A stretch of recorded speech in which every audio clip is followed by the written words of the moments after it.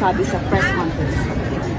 Yes, but you have to prove that there were 30,000 victims. So how can you prove systematic killing of 30,000 victims if you do not have the names of 30,000 victims? So, really, truly, wala naman kaming magawa sa media, pero nakikita ko talaga sa lahat ng articles, war on drugs, killing thousands, and yet we have 181 pieces of evidence. And we don't even have victims. 43 counts of murder, not even 50. So where is the system there of killing thousands? No, sorry. Bobo yung abogado nila. Ma'am, last na lang from my end. You have so much on your plate.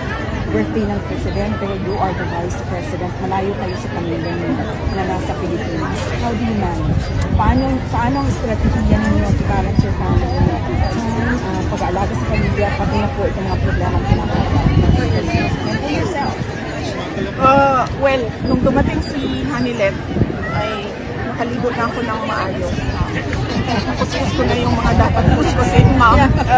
Na-shave ko na yung aking legs. Nagupitan ko na yung aking kuko nung dumating si Hanilet. So, on that point, okay na ako. Sakto naman yung tulog ko, sakto yung kain ko. So, wala na tayong problema dyan.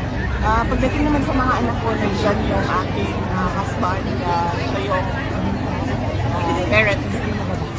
Ngayon, solo parent siya tungkol sa aking mga anak.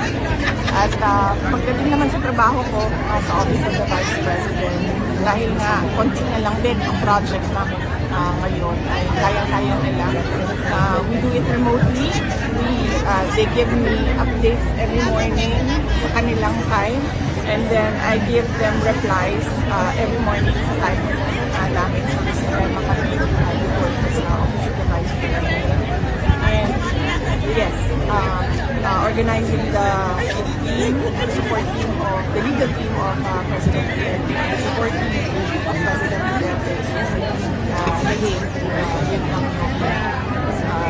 hindi pa naaayos. Thank you very much.